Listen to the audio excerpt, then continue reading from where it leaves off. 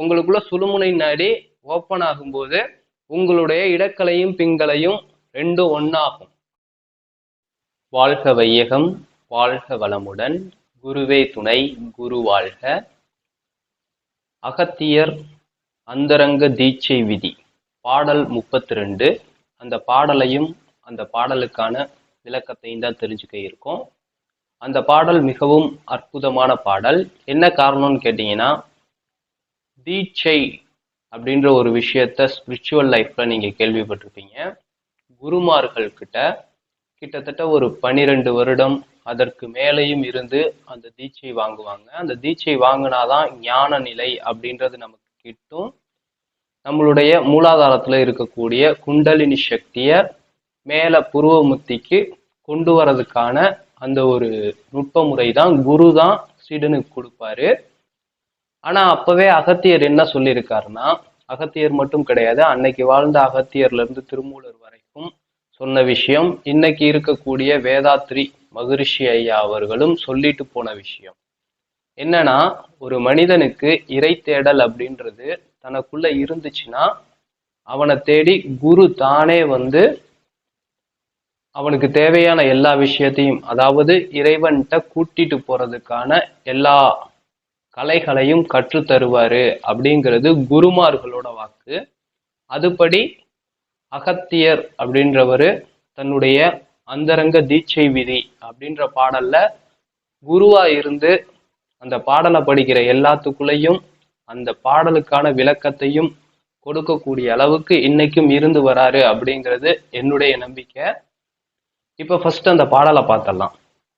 காணவே ஓம்காரம் பிரதானம் தான், கருவான ஆதாரம் மூலபீடம், தோணவே மூலமென்ற ஆதாரத்தில் துலங்கி நின்ற ஆவியடா வாசியாச்சு, பேணவே ஆவியென்ற வாசியேறி பெருகி நிற்கும் ஆதாரம் கடந்த பாலே, பூணவே ரவிமதியில் சுடரில் சென்று புத்தியுடன் பூரணமாய் தீபம் பாரேன்.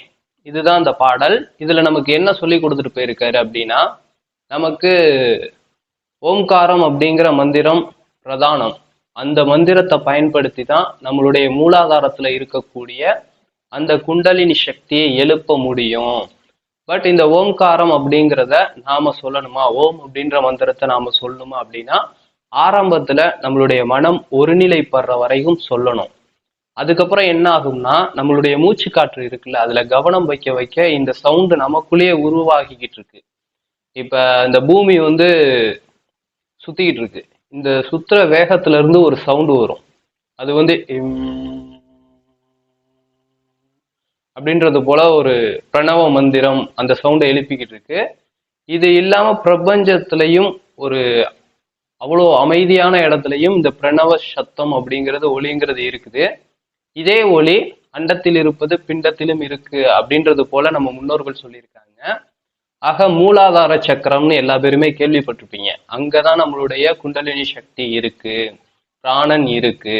அதோட மனதை இணைச்சு நம்ம மேல் நோக்கி எழுப்பணும், சிவன் கூட சக்தியை சேர்க்கணும் அப்படின்றது போல பலவிதமான நுட்பங்களை நமக்கு கொடுத்துட்டு போயிருக்காங்க. இந்த இதுக்கு நாம மூச்சு காத்துல முழுசா கவனம் வைக்கும் போது, அதாவது நமக்கு மூலம் மூச்சுன்றத நிறைய பாடல்ல பார்த்திருக்கோம். இப்ப நம்ம விட்டுக்கிட்டு இருக்கக்கூடிய ஆரோக்கியம் இல்லாத மூச்சு கிடையாது. தூங்கும் போது, நம்ம சின்ன குழந்தையில இருக்கும்போது நமக்குள்ள இயங்கக்கூடிய அந்த மூச்சு காற்று நம்மளை வந்து திரும்ப எவ்வளவு சோர்வா இருந்தாலும் ரெக்கவர் ஆக்கக்கூடிய அந்த மூச்சு காற்று ஆழமா இருக்கும், உள்ள மூலாதாரம் வரையும் செல்லும். நம்மளுடைய மனம் அப்படிங்கிறது அங்க வந்து அதிகமா அலைப்பாயாது, வேலை செய்யாது. அதாவது ஆரோக்கியமான மூச்சு காற்று உங்ககிட்ட இயக்கத்துல இருந்துச்சுன்னா, தூக்கத்துல பாருங்க மனம் அதிகமா வேலை செய்யாது, ரொம்ப ஆல்பா நிலையில இருக்கும் அதோட அலைச்சூழல் கூட, அதுக்கும் கீழேயும் கொண்டு போலாம். அப்படி இருக்கும்போது பிராணனோட மனம் இணைஞ்சு அந்த குண்டலினி சக்தி அப்படிங்கிறது மேல் எழும்ப ஆரம்பிக்கும். அந்த விஷயத்தை தான் அகத்தியர் வந்து முதல் 2 வரியில சொல்லியிருக்காரு. காணவே ஓம்காரம் பிரதானம் தான், கருவான ஆதாரம் மூலபீடம். அடுத்து பாத்தீங்கன்னா, தோணவே மூலமென்ற ஆதாரத்தில் துலங்கி நின்ற ஆவியடா வாசியாச்சு. இப்ப நம்ம வந்து பயிற்சி செய்யறோம். இப்ப நமக்கு வந்து தீட்சை தான் அவர் கொடுக்க நினைக்கிறாரு. தன்னுடைய ஆற்றலை நமக்குள்ள இறக்கி நமக்குள்ள இருந்து நம்மளுடைய மூலாதாரத்துல இருக்கக்கூடிய குண்டலினி சக்தியை மேல் எழுப்புறதுக்காக சொல்லக்கூடிய ஒரு அற்புதமான வார்த்தைகள். ஞான நிலை அடைகிறதுக்கான கொடுக்கப்பட்ட சூட்சம முறைகள் அப்படின்னே சொல்லலாம். தோணவே மூலமென்ற ஆதாரத்தில் துலங்கி நின்ற ஆவியடா வாசியாச்சு. இப்ப நம்ம மூலாதாரம் அப்படிங்கிறது மூச்சு காற்று அப்படிங்கிறது நமக்கு மூலம் அப்படிங்கிறது மூச்சு காற்றுன்னு தெரிஞ்சுக்கிட்டோம். மூலாதாரம் அப்படிங்கிறது நம்ம உடல்ல இருக்கக்கூடிய கீழே இருக்கக்கூடிய ஃபர்ஸ்ட் சக்கரம், நிலத்திற்குரிய சக்கரம். இப்ப நம்மளுடைய மனநிலை அப்படிங்கிறது எங்க இருக்குன்னு பாத்தீங்கன்னா உடல் ரீதியா தான் இருக்கும். உடலை பத்தி தான் சிந்திப்போம். இந்த உடல் தான் நாம அப்படின்ற எண்ணங்கள்ல ஆரம்பங்கள்ல நம்மளுடைய எண்ணம் அப்படிதான் இருக்கும். ஆக இந்த மூலாதாரத்துலதான் நம்மளுடைய விந்துநாத சக்தி அப்படிங்கிறது இறங்கி இருக்கும். பெண்களா இருந்தா நாதம், ஆண்களா இருந்தா விந்து. செக்ஸுவல் கிளாண்டுன்னு சொல்லுவாங்க, விந்து கலயம்னு சொல்லுவாங்க. அது மூலாதாரத்துக்கு பக்கத்துலதான் இருக்கு. அங்க இருந்து உற்பத்தி ஆகக்கூடிய ஆற்றல் தான் இந்த உடலை இயக்கிக்கிட்டு இருக்கு. இப்ப சயின்ஸ் ரீதியாவே பாத்தீங்கன்னா நம்மளுடைய விந்துநாதங்கள்ல இருந்து வரக்கூடிய அந்த ஒரு சக்தி தான் இந்த செல்களை இழுத்து பிடிச்சுக்கிட்டு இருக்கிறதே. இப்போ ஒரு வீட்டுக்கு எப்படி செங்கக்கல்ல 2 செங்கக்கல்ல இடையில சிமெண்ட் பிடிச்சுக்கிட்டு இருக்கோ, அது போல ஒவ்வொரு செல்லுக்கும் இடையில 2 செல்லையும் இறுக்கி பிரிக்கக்கூடிய சக்தி எதுன்னு பாத்தீங்கன்னா அதுல இருந்து வரக்கூடிய பயோமேக்னெட்டிக் பவர்னு சொல்லுவாங்க, ஜீவகாந்தம்னு சொல்லுவாங்க. இந்த சக்தி தான் நம்மளை பாதுகாத்துக்கிட்டு இருக்கு. அப்ப அதுதான் நமக்கு மூலம். அதை வலுப்படுத்துறது எது அப்படின்னு கேட்டீங்கன்னா நம்மளுடைய மூச்சு காத்து. ஆக்சிஜன் முழுமையா உள்ள போச்சுன்னா மற்ற எல்லா ப்ராசஸும் சூப்பரா ஒழுங்கா நடக்கும். ஆக்சிஜன் கம்மியாக கம்மியாக நுரையீரல் தன்னோட வேலையை சரியா செய்யாம போகும்போது உடல்ல பலவிதமான பிரச்சனைகள் வரும். காற்றை வச்சே உயிர் வாழ்றவங்கலாம் இன்னைக்கும் இருக்கதான் செய்யறாங்க. ஸோ அந்த தோணவே மூலமென்ற ஆதாரத்தில் துலங்கி நின்ற ஆவியடா வாசியாச்சு. இப்ப நம்ம வாசியோகம் அப்படிங்கிறத தான் நம்ம பிராணாயாமத்துல பெரிய விஷயமா பார்ப்போம். அதாவது குண்டலினி சக்தியை மேலே ஏத்துறதுக்காக பயன்படுத்தக்கூடிய நுட்பம்ன்றது நிறைய பேத்துக்கு தெரியும். அந்த வாசி எது அப்படின்றத நம்ம திருமந்திரத்திலேயே பார்த்தோம். நம்மளுடைய மூச்சு காற்றை கவனிச்சு அதன் மூலமா மூலாதார சக்கரத்துல இருக்கக்கூடிய பிராணன் அப்படிங்கிற ஒன்ன தனஞ்சயன் அப்படிங்கிற ஒன்னோட இணைக்கணும். மனம் அதோட சேர்ந்து இருக்கும்போது உள்முகமா அங்க எழும்பக்கூடிய சக்தி மேல் நோக்கி எந்திரிக்க ஆரம்பிக்கும். அதுதான் வாசி. அதை தான் இவர் இங்கேயும் சொல்லியிருக்காரு. தோணவே மூலமென்ற ஆதாரத்தில் துலங்கி நின்ற ஆவியடா வாசியாச்சு. இப்ப நிறைய பேர் பாத்தீங்கன்னா விந்து சக்தியை மேலே ஏத்தணும்னு சொல்லுவாங்க. ஆனா வேதாத்திரி மகரிஷி ஐயா அவர்கள் மட்டும் காயக்கல்பம் அப்படிங்கிற ஒரு பயிற்சியை கொடுத்தாரு. அது என்ன பண்ணுன்னு பாத்தீங்கன்னா நம்ம அந்த காலத்துல நிறைய கதைகள்ல சொல்லுவாங்க, பார்க்கடலை கடைஞ்சு அதுல இருந்து அமுதம் எடுத்தாங்க அப்படின்னு. அது போல விந்து சக்தியில இருந்து வரக்கூடிய ஆற்றல் தான் உடலை வளர்க்குது. விந்து அதுக்கு தரமா திடமா இருக்கணும். அதுக்கான உணவு முறைகளை எடுத்துக்கிட்டு செயல்களை கரெக்டா ஒழுக்க நெறிகளை ஃபாலோ பண்ணிட்டு பயிற்சியை நம்ம மேற்கொள்ளும் போது துலங்கி நின்ற ஆவியடா வாசியாச்சு. அதை பயிற்சி பண்ணும்போது அதுல இருந்து வரக்கூடிய ஆவி போன்ற ஒரு தூய்மையான ஓஜஸ் சக்தி அப்படின்னு சொல்லுவாங்க. அதை தான் இங்க சொல்றாங்க, ஆவியடா வாசியாச்சு. அதுல இருந்து வரக்கூடிய அந்த தூய சக்தி, உண்மையான உயிர் சக்தி, அதுதான் வாசி அப்படின்னு சொல்லப்படுது. அந்த வாசி எப்ப ஆகும்னு கேட்டீங்கன்னா பிராணன், தனஞ்சயன், மனம் இது மூணும் ஒன்னாகும் போது, இது மூணையும் ஒன்னாக்கக்கூடிய பயிற்சியை செய்யும் போது. ஏன்னா பிராணன் அப்படிங்கிறது ஒரு வாயு, தனஞ்சயன் அப்படிங்கிறது இன்னொரு வாயு. பிராணன் இல்லாட்டினா தசவாயுக்கள்னு சொல்லக்கூடிய மற்ற 10 வாயுக்கள்ல 9 வாயுக்களுக்கு வேலை கிடையாது. தனஞ்சயன் இல்லாட்டினா இந்த 9 வாயுகளுக்கும் வேலை கிடையாது அப்படிங்கிறத திருமந்திரத்திலேயே பார்த்தோம். ஏன்னா தனஞ்சயன் அப்படிங்கிறது செகண்டுக்கு 223 மின்னதிர்வுகளை உடலுக்கு உருவாக்கிக்கிட்டே இருக்கும். அதுதான் உடல்ல மற்ற வேலைகள் எல்லாமே செய்யறதுக்கு ஆற்றலா இருந்துகிட்டு இருக்கு. அதை தான் இங்க குறிப்பிட்டு சொல்றாங்க ஆவியடா வாசியாச்சுன்னு. அந்த தனஞ்சயன் அப்படிங்கிறது எதுன்னு பாத்தீங்கன்னா இந்த ஆவியடா வாசியாச்சுன்னு சொல்லி விந்துல இருந்து வெளியாகக்கூடிய அந்த ஒரு ஜீவகாந்த சக்தியை தான் சித்தர்கள் சூட்சமமான முறையில சொல்லிட்டு போயிருக்காங்க. அர்ஜுனனுக்கு பேரு கூட தனஞ்சயன்னு சொல்லுவாங்க. ஏன்னா அவனுக்கு தூக்கமே வராது, அந்த அளவுக்கு உடல்ல ஆற்றலே இருக்கும். தூங்காம எப்பவுமே போர் புரிவான், எப்பவுமே தியான நிலையில இருப்பான். தூக்கம் அப்படிங்கிறத ஜெயிச்சவன் அப்படின்னு சொல்லி புராணங்கள்ல சொல்லுவாங்க. சுறுசுறுப்பாவே இருக்கிறதுனால சோர்வு அப்படிங்கிறது வராததுனால அவனுக்கு அந்த பேர் வந்துச்சு அப்படின்றது போல சித்தரிச்சிருக்காங்க. அடுத்ததா பாத்தீங்கன்னா, பேணவே ஆவி என்ற வாசி ஏறி பெருகி நின்ற ஆதாரம் கடந்த பாலே. இப்ப நம்ம வந்து பேணவே அப்படின்னா எதை பேணி பாதுகாக்கணும் அப்படின்ற ஒரு கேள்வி நமக்குள்ள வர ஆரம்பிக்கும். நம்மளுடைய விந்துநாத சக்தி தான். விந்து கெட்டவன் நொந்து கெடுவான் அப்படின்னு சொல்லுவாங்க. விந்து விட்டவன் நொந்து கெடுவான்னு.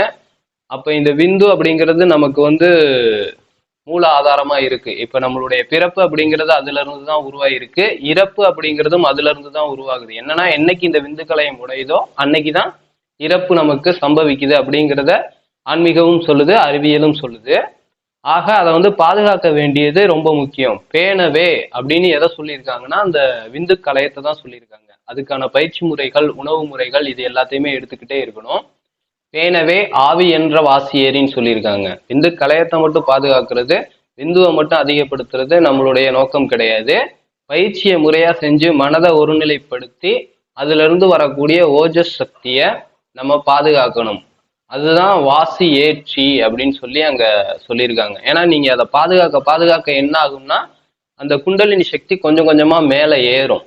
அததான் பெருகி நின்ற ஆதாரம் கடந்த பாலே. நமக்கு வந்து மூலாதாரம், சுவாதிஷ்டானம், மணிப்பூரகம், அநாகதம், விசுத்தி, ஆகினை, துரியம்னு சொல்லுவாங்க. நீங்க அதை பேணி பாதுகாக்க மனதை ஒரு நிலையில வச்சு தியானத்துல ஈடுபட உள்ளுக்குள்ள உங்களுக்குள்ள ஒரு சூடு ஆகும். அது பயிற்சியா மாறும். அதுல இருந்து பிரியக்கூடிய அந்த ஓஜஸ் சக்தி, சுத்த சக்தி கொஞ்சம் கொஞ்சமா ஒவ்வொரு ஆதாரமா கடந்து நிற்கும். பால் போல மேல எந்திரிக்க ஆரம்பிக்கும். தூய்மையானதுக்கு பாலை குறிப்பிட்டு சொல்லுவாங்களா, அததான் கடந்த பாலைன்னு சொல்றாங்க. அந்த ஓஜஸ் சக்தி விந்துல இருந்து வரக்கூடிய அந்த தனஞ்சயன் அப்படின்ற அந்த ஒரு வாயு கொஞ்சம் கொஞ்சமா மேல ஒவ்வொரு ஆதாரமா கடந்து போகும். அததான் இங்க சொல்றாங்க. அடுத்ததா பாத்தீங்கன்னா, பூனவே ரவிமதியில் சுடரில் சென்று. பூனவே அப்படின்னா இப்ப நம்ம கோர்க்கிறது, உள்ள நுழைக்கிறது, இதெல்லாம் பூணுதல் அப்படின்னு சொல்லுவாங்க. இப்படி கொஞ்சம் கொஞ்சமா ஏறும் போது அது என்ன ஆகும்னா மனதை வந்து நம்ம இன்னும் அதிகமா ஒருநிலைப்பட்டு அலைப்பாய விடாம பலவிதமான சித்துக்கள்லாம் வரும்னு சொல்லியிருக்காங்க. அதுல எல்லாம் மனசு விடாம சிந்தையை அடக்கிய சும்மாவிருக்கின்ற திறன் அரிதுன்னு சொல்லி தாயுமானர் சொல்லியிருக்காரு. சிந்தையை அடக்கி சும்மா அமைதியா உட்கார்ந்துருந்தோம்னா என்ன நடக்கும்னு பாத்தீங்கன்னா பூணும். எதுல அப்படின்னா ரவிமதியில் சுடரில் சென்று. இப்ப நம்மளுடைய உடல்ல வந்து இடக்கலை, பிங்கலை, சுழுமுனை அப்படின்ற 3 விஷயத்தை கேள்விப்பட்டிருப்பீங்க. இந்த இடக்கலை, பிங்கலை இது ரெண்டையும் சுழுமுனை ஓப்பன் ஆகும்போது இணையும் அப்படிங்கிறது சித்தர்களோட வாக்கு. அதை குறிப்பிடுறதுக்காக தான் நம்ம இந்த அரச மரத்துக்கு அடியில எல்லாம், ஏன்னா அரச மரம் ஆக்சிஜன் அப்படிங்கிறத முழுசா 24 மணி நேரமும் கொடுத்துக்கிட்டே இருக்கும் நமக்கு. அரச மரத்துக்கு கீழே இருந்தோம்னா குழந்தை பிறக்காதவங்களுக்கு எல்லாம் குழந்தை பிறக்கும்ன்றது ஐதீகம். அதனாலதான் பிள்ளையார் கோயிலை சுத்தி தண்ணி தூக்கி ஊத்த சொல்லுவாங்க. அப்படி இருக்கும்போது மூச்சு காற்ற நல்லா உள்வாங்குவாங்க, ஆக்சிஜன் உள்ள போகும். இதனால என்ன ஆகும்னு கேட்டீங்கன்னா, பெண்களா இருந்தா நாதம், ஆண்களா இருந்தா அங்க இருந்து மூச்சு பயிற்சி செஞ்சாங்கன்னா விந்து அப்படிங்கிறது தரமா திடமா மாறும். இந்த சுழுமுனை நாடி ரெண்டும் ஒன்னு பின்னி ஏறும். பார்த்துருப்பீங்க, பாம்பு போன்ற ஒரு சிலைகளை வந்து இப்படி பின்னி ஏறுறது போல வச்சிருப்பாங்க அரச மரத்துக்கு அடியில எல்லாம். இதை எதை குறிக்கும்னு பாத்தீங்கன்னா, அங்க உட்காந்து பயிற்சி பண்ணும்போது உங்களுக்குள்ள சுழுமுனை நாடி ஓப்பன் ஆகும். போதி மரம்னு சொல்லி ஞானம் கிடைச்சதா புத்தருக்கு சொல்றாங்கல்ல, போதி மரம் அப்படிங்கிறது அரச மரம் தான்.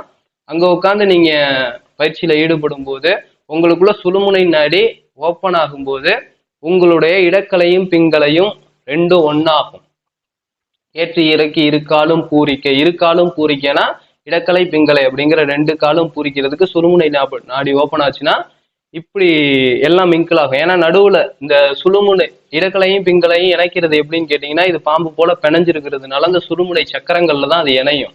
சுழுமுனை சக்கரங்கள் ஒவ்வொன்றும் இந்த பால் ஏற ஏற அந்த ஓஜஸ் சக்தி ஏற ஏற ஓப்பன் ஆகும், ரெண்டும் மிங்கிள் ஆகும். அப்போ வந்து 3லையுமே ரவிமதியும் சுடரில் சென்று அப்படின்னு சொல்றது, இது 3லையுமே சமமான முறையில ஆற்றல் உள்ளுக்குள்ள சுழுமுனை நாடி ஓப்பன் ஆகி அது வழியா பால் ஏற ஏற இது 3க்கும் சமமான சக்தி கிடைக்கும். பிரபஞ்ச சக்தி உள்ள இறங்கும். இதை வந்து உள்ளுக்குள்ள வாங்கி உடல் முழுக்க பரப்புறது எதுன்னு கேட்டீங்கன்னா இடக்கலையும் பிங்களையும் தான். முதுகெலும்புல இருந்து பிரியக்கூடிய நரம்புகள் தான் உடலுக்கு எல்லா பக்கத்தும் சக்தி கொடுக்குது அப்படிங்கிறது எல்லாத்துக்குமே தெரியும். மின்னோட்ட சக்திகளை வந்து உடல் முழுக்க, அதாவது நீர், நிலம் அப்படின்ற ஒரு திடமான பொருட்கள்ல இருந்து உடல் சக்திகளை வாங்காம அடுத்த நிலை வெப்பம், சூரிய வெளிச்சம், அடுத்ததா பாத்தீங்கன்னா காத்து, இதுல இருந்து உடல் வந்து சக்தியை வாங்கிக்கிற அந்த தன்மைக்கு மாறும். அந்த நிலையை தான் இங்க வந்து ஊனவே ரவிமதியில் சுடரில் சென்று. சரி, இப்படி ஏறுது, அப்ப நம்ம என்ன செய்யணும் அப்படிங்கிறதையும் அந்த தீட்சை விதி பாடல்ல சொல்லியிருக்காரு. அதுதான் அந்த கடைசி விதி. பூரணமாய் புத்தியுடன் பூரணமாய் தீபம் பாரேன். புத்தியுடன் அப்படின்னா விழிப்பு நிலையோட இரு. அந்த இடத்துல வந்து உங்களை வந்து தட்டி விடுறதுக்கான நிறைய மாயைகள் நடக்கும். அப்ப என்ன பண்ணணும்னா விழிப்பு நிலை, அறிவுக்கு திருக்கோயில் கட்டியிருக்காரு வேதாத்திரி மகரிஷி அவர்கள். அறிவு நிலை, அறிவின் விழிப்பு நிலை அப்படிங்கிறது செயல் விளைவு தத்துவம் அப்படின்னு சொல்லுவாங்க. ஒரு செயலுக்கான விளைவுகளை தெரிஞ்சு நீ செய்ய ஆரம்பிச்சேன்னா நீ செய்யக்கூடிய எல்லாம் யாருக்கும் எந்த காலத்திலையும் பிரச்சனையை கொடுக்காம இன்பத்தை மட்டும் கொடுக்கிற அளவு இருக்கும். இப்போ உனக்குள்ள சக்திகள் பெருகும் போது இது போன்ற நிகழ்வுகள்லாம் நடக்கும்போது ரொம்ப புத்தியோட இருக்கணும். அதை தான் இங்க சொல்லியிருக்காங்க. சிந்தையடக்கியே சும்மா இருக்கின்ற திறன் அரிது அப்படின்னு தாய்மானர்.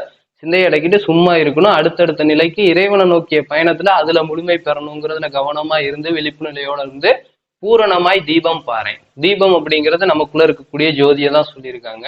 வெளியில இருக்கக்கூடிய தீபமே ஒரு பிம்பம் தான். அதை வச்சு நமக்குள்ள ஒரு தீப ஒளி இருக்கு, அதை நம்ம பார்க்க ஆரம்பிச்சிடும். அதை எப்படி பார்க்கணும்னா பூரணமாய் பார்க்கணும். இப்போ நீங்க கண்ண மூடி உட்காந்தீங்கன்னா ஒரு செகண்டோ 2 செகண்டோ கிளாஸ் பண்ணிட்டு போறது கிடையாது. அதை அசையாம ஆடாம கொள்ளாம ஒருநிலைப்படுத்தி அப்படியே எப்பவுமே அதுலேயே மிங்கிளாக்கி அதோட நாம இணைஞ்சது போல அதுவா நாம மாறினது போல பூரணமாய் தீபம் பாறேன் அப்படின்னு சொல்லியிருக்காங்க. அதை புத்தியோட விழிப்பு நிலையோட இருந்து தியானத்தை பழகி அதுல முழுமை பெறு அப்படிங்கிறது அந்த தீட்சை விதி பாடல். இது போல பல பாடல்கள் இருக்கு. அதுக்கான விளக்கத்தெல்லாம் அடுத்தடுத்த வீடியோக்கள்ல நிச்சயமா பார்க்கலாம். இந்த தகவல் உங்களுக்கு பயனுள்ளதா இருக்கும்னு நினைக்கிறேன். இந்த தகவல் பற்றிய உங்களுடைய கருத்துக்களை கீழே கமெண்ட்ல பதிவு செய்யுங்க. இதே போல இன்னொரு வீடியோல உங்களை சந்திக்கிறேன். வாழ்க வையகம், வாழ்க வளமுடன், குருவே துணை, குருவாழ்.